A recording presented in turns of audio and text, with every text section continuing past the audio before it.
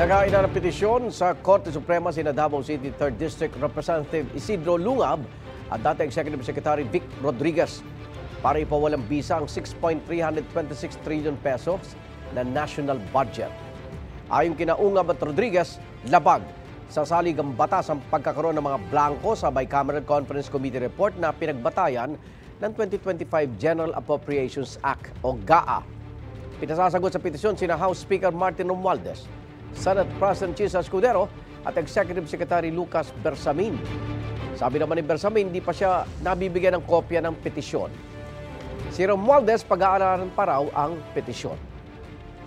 Bukas naman si Escudero sa anumang tanong tungkol sa ipinasang batas ng Kongreso.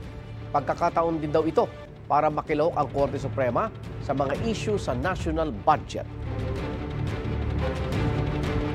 Igan, mauna ka sa mga balita, mag-subscribe na sa GMA Integrated News sa YouTube para sa iba't ibang ulat sa ating bansa.